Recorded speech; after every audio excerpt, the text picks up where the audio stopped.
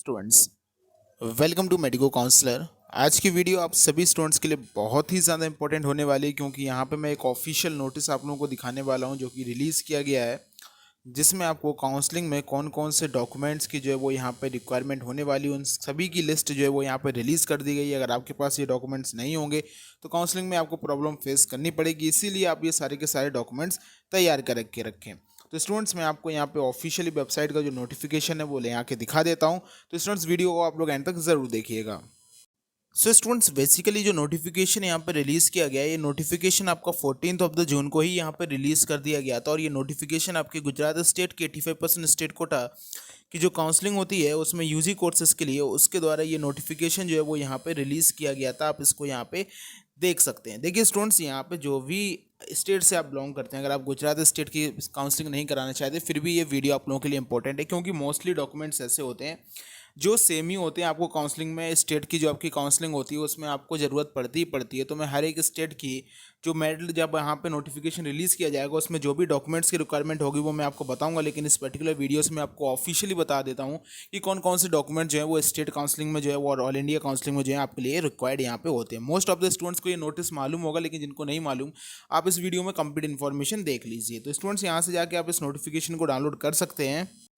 So students, यहाँ पे देखिए, ये मैंने नोटिस डाउनलोड किया हुआ है और इस नोटिस में आप सबसे पहले देखें तो यहाँ पे बताया गया है कि नीट यूजी 2023 से जो भी रजिस्टर्ड एडमिशन लेना चाहते हैं 23-24 सेशन के लिए, उनको कौन कौन से डॉक्यूमेंट्स की रिक्वायरमेंट होगी। सबसे पहले गुजरात स्टेट से अगर आप बिलोंग करते हैं तो आप लोग इस वीडियो को ज़रूर देखिएगा। सबसे पहले यहाँ पे इन्होंने मैंशन कर रखा है कि आपको 10th एंड 12th का जो आपको मार्कशीट है उसकी रिक्वायरमेंट यहाँ पे होगी। और एक स्पेशल कंडीशन भी केस यहाँ पे लिख रखा है कि 10th और 12th की मार्कशीट जिन्होंने गुजरात स्टेट से ही 10th और 12th पास की है तो उनको यहाँ पे है, लेकिन यहाँ पे एक्सेप्ट उन कैंडिडेट्स के लिए जिन्होंने क्लास 10th का जो एडमिशन है वो 2017 के पहले गुजरात स्टेट के आउटसाइड ले रखा था। ये चीज़ भी यहाँ पे इन्होंने मेंशन कर रखी है। तो क्वालिफाइंग एग्जामिनेशन के लिए आपको ये चीज़ यहाँ पे चाहिए होगी। सेकंड चीज़, आपको नीट यूजी का जो है वो यहाँ पे मार्कशीट कि इन्होंने पहले ही बता दिया कि नीट यूजी की जो मार्कशीट है जो करंट एकेडमिक ईयर के लिए वही आपको चाहिए। मीन्स नीट यूजी 2023 की मार्कशीट ही आपको यहाँ पे दिखानी पड़ेगी। देखिए ऊपर के जो दोनों डॉक्यूमेंट्स हैं वो हर एक स्टेट की काउंसलिंग में रिक्वायर्ड होते हैं, इसलिए मैंने आपको कहा कि क्लास 10th एंड 12th की ओरिजिनल मार्कशीट, साथ ही साथ आपकी जो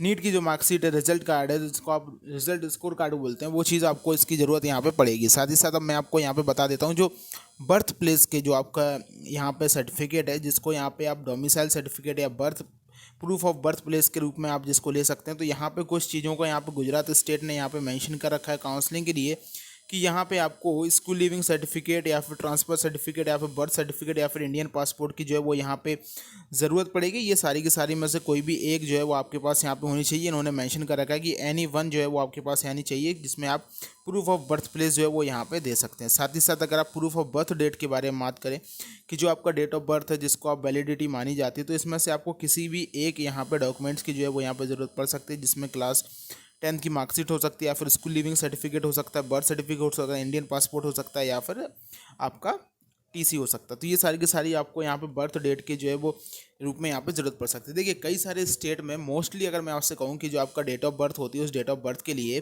क्लास 10th की जो मार्कशीट है वही क्लास 10th की मार्कशीट ही आपकी यहाँ पे मेन होती है। तो ये चीज़ आपको होनी चाहिए।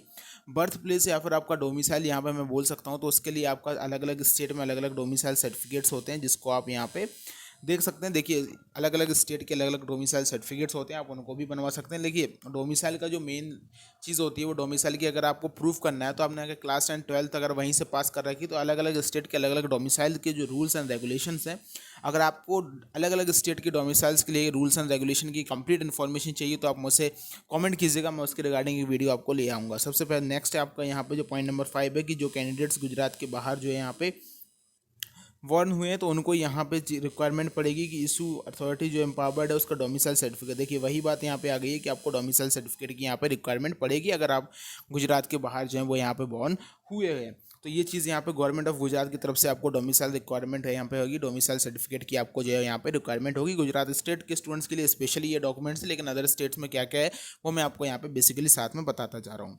एससी सर्टिफिकेट के लिए आपको एससी जो गुजरात की गवर्नमेंट है उसके द्वारा इशू किया हुआ SC certificate, SC caste certificate आपको रिक्वायर्ड होगी जब आप कैटेगरी के लिए जाएंगे, जैसे SC category, ST category, OBC category, EWS category. तो ऐसे आपको कास्ट सर्टिफिकेट की भी रिक्वायरमेंट होती है कि आप जिस पर्टिकुलर कैटेगरी का कोटा क्लेम कर रहे हैं कि आपके पास उसका सर्टिफिकेट है या नहीं, आप उससे से बिलोंग करते हैं कि नहीं, इसलिए सर्टिफिकेट की रिक्वायरमेंट होती है। एसटी सर्टिफिकेट के लिए गवर्नमेंट ऑफ गुजरात के बिहाफ पे जो बनाया गया है। फिर यहाँ पे आता है SEBC socially and educational backward class के लिए, तो यहाँ पे आप देख सकते हैं तो दोनों चीज़ें non creamy layer and creamy layer both certificate जो है वो यहाँ पे गवर्नमेंट ऑफ गुजरात के बिहाफ पे जो है वो यहाँ पे बनाए गए हों, वो सर्टिफिकेट की यहाँ पे बात की गई कि वो सर्टिफिकेट यहाँ पे आपके पास होने चाहिए। फिर आता है EWS सर्टिफिकेट, तो EWS सर्टिफिकेट में यहाँ पे एक इंपॉर्टेंट चीज़ आप लोग यहाँ पे मेंशन कीजिएगा।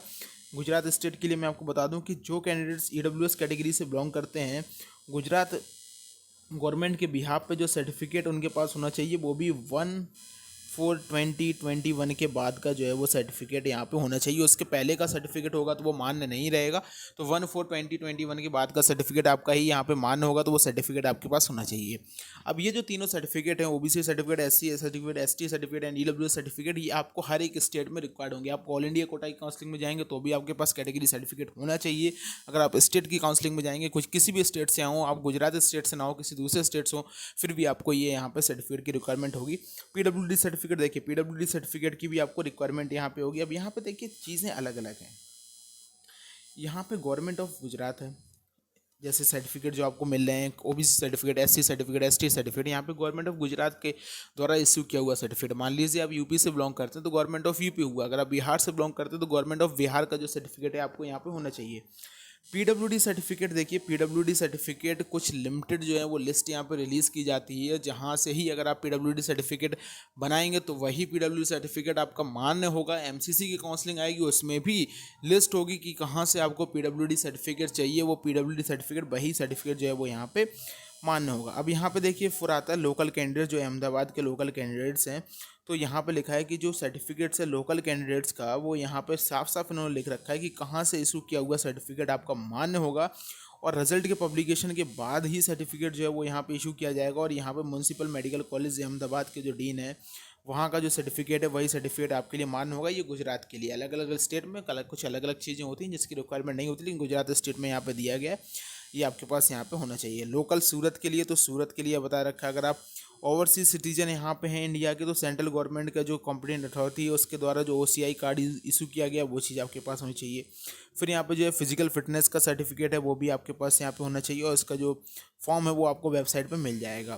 तो ये सारे के सारे देखिए यहाँ पे डॉक्यूमेंट्स हैं जिनको आप यहाँ पे एक बार अच्छे से देख सकते हैं। तो बेसिकली मैं आपसे कहूँ तो यहाँ पे कितने सर्टिफिकेट आपको रिक्वायरमेंट यहाँ पे होंगे, कौन कौन से डॉक्यूमेंट आपको रिक्वायरमेंट होने वाले हैं, जैसे काउंसलिंग होगी, आपके स्टेट की काउंसलिंग हो या फिर आपकी ऑल इंडिया की काउंसलिंग हो। सबसे पहले 3 चीज़ें आपको नीट के रिगार्डिंग आपके पास होनी चाहिए। नीट का आपके पास एडमिट कार्ड आपके पास होना चाहिए, नीट का आपका कन्फर्मेशन पेज का प्रिंट आपके पास होना चाहिए, साथ ही साथ नीट का स्कोर कार्ड आपके पास होना चाहिए। ये तीनों के तीनों आपके पास होने ही चाहिए। देखिए रिक्वायरमेंट हो या ना हो, लेकिन आप अपने डॉक्यूमेंट्स तैयार करके रखिए। एक फाइल आपकी होनी चाहिए कि जैसे आप काउंसलिंग में डॉक्यूमेंट वेरिफिकेशन पर जाएँ, सारे डॉक्यूमेंट्स आप एक साथ में दिखा दें, आपको कोई प्रॉब्लम ना हो। तो 3 चीज़ें तो ये हो गई। फिर 2 चीज़ें मैं आपको बताता हूँ, class 10th and class 12th का ओरिजिनल मार्कशीट, साथ ही साथ आपका जो पासिंग सर्टिफिकेट है वो चीज़ आपके पास होनी चाहिए। और उसके बाद अगर आप क्लास 12 पास ही करते हैं तो उसके बाद आप TC भी अपनी आप पहले से ही तैयार करके रखें कि आपने 12th पास कर लिया। स्कूल लिविंग सर्टिफिकेट जो होता है वो आपके पास वहाँ पे, ट्रांसफ़र सर्टिफिकेट या फिर स्कूल लिविंग सर्टिफिकेट आपके पास यहाँ पे होना चाहिए। नेक्स्ट मैं आपको बता दूं कि आपको फिर यहाँ पे अपनी जो फोटोग्राफ्स हैं वो फोटोग्राफ्स की रिक्वायरमेंट आपको पड़ेगी। जैसे ही आपकी कम से कम जो नीट के फॉर्म में आपने लगाई, मैं आपसे पहले कह दूं कि ऐसे 20 फोटोग्राफ्स आप तैयार करके रखिएगा। State and all India quota दोनों की काउंसलिंग अगर आप करवाएंगे तो आपके पास ये फोटोग्राफ होनी चाहिए, क्योंकि फोटोग्राफ की रिक्वायरमेंट आपको पड़ेगी एडमिशन के टाइम पर। तो इन फोटोग्राफ 7 से 8 फोटो तो मिनिमम पड़ती हैं अगर आप दोनों की काउंसलिंग कराएंगे, तो इसलिए मैं 20 फोटोग्राफ का पहले ही यहाँ पे बोल दे रहा हूँ। साथ ही साथ फिर आपके पास आपका identity, caste certificate, domicile certificate, special category से बिलोंग करते हैं तो स्पेशल कैटेगरी सर्टिफिकेट आपके पास, ये सारे के सारे सर्टिफिकेट आपके सारे तैयार होने चाहिए। एक बहुत ही इंपॉर्टेंट है जो शायद ही आप लोगों को कोई बताए, यहाँ पे मैं चीज़ बिलोंग कर देता हूँ कि कुछ स्टूडेंट्स से कैसे होते हैं। मान लीजिए कोई first year of the BSc में है, कोई सेकेंड ईयर ऑफ BSc में है, जिसने एग्जामिनेशन दिया BSc या BA, आप जो भी ग्रेजुएशन के कोर्स में हों अभी दे रहे हैं, लेकिन आपने साथ में नीट का एंट्रेंस एग्जामिनेशन दिया और आपके मार्क्स आ गए कि आपको कॉलेज इस ईयर मिलने वाला है।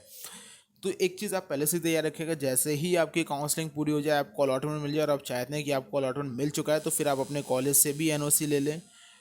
देखिए कई बार रिक्वायरमेंट होती है, कई बार रिक्वायरमेंट नहीं होती है। लास्ट ईयर ऐसा ही एक हुआ था मेरे पास, जिसको मैं काउंसलिंग करवा रहा था, तो उस स्टूडेंट्स को NOC की रिक्वायरमेंट जब उसको पड़ी, वो MSc कंटिन्यू कर रही थी बच्ची, तो उसको अगर यहाँ पे रिक्वायरमेंट पड़ी तो फिर उसको एनओसी की रिक्वायरमेंट पड़ी थी, तो एनओसी यहाँ पे सबमिट करनी पड़ी थी, क्योंकि वो यहाँ पे आप लोगों से पूछ लिया जाता है कि या फिर आपका जितना गैप हो जाएगा वो गैप आपको यहाँ पे दिखाना पड़ेगा। क्लास 12 से लेके यहाँ तक कि मान लीजिए आपने थर्ड ड्रॉप आपका है, तो वो गैप आपने कहाँ गया, तो गैप आपको बताना पड़ेगा कि गैप ईयर सर्टिफिकेट आपको देना पड़ेगा कि आपने कहाँ गैप था। तो ये सारी की सारी चीज़ें थोड़ी सी डॉक्यूमेंट्स की होती है, तो ये चीज़ आपको एनओसी की रिक्वायरमेंट अब भी ज़रूरत नहीं पड़ेगी। मैं फिर से क्लैरिफाई कर रहा हूँ कि इसकी रिक्वायरमेंट अब भी नहीं पड़ेगी, ज़रूरत ही नहीं है कि इसकी रिक्वायरमेंट आपको पड़े। लेकिन आपका अलॉटमेंट हो गया, आप कॉलेज में एडमिशन लेने जा रहे हैं, तो उस टाइम पे फिर आपको इसकी ज़रूरत पड़ेगी, क्योंकि आप 2 कोर्स एक साथ वैसे ही परस्यू नहीं कर सकते हैं। फिर आपको एक कॉलेज छोड़ना ही पड़ेगा, तो फिर वहाँ से आप एनओसी ले सकते हैं। तो ये वो कुछ डॉक्यूमेंट्स हैं, जैसे एमसीसी का ऑफिशियल नोटिफिकेशन आ जाएगा वो चीज़ मैं आपको बता दूंगा, उसमें आपको डिटेल में फिर से मैं डॉक्यूमेंट्स के बारे में बताऊंगा। लेकिन ये कुछ बेसिक से डॉक्यूमेंट्स हैं जिनको आप तैयार करके ज़रूर रखें। Thank you students.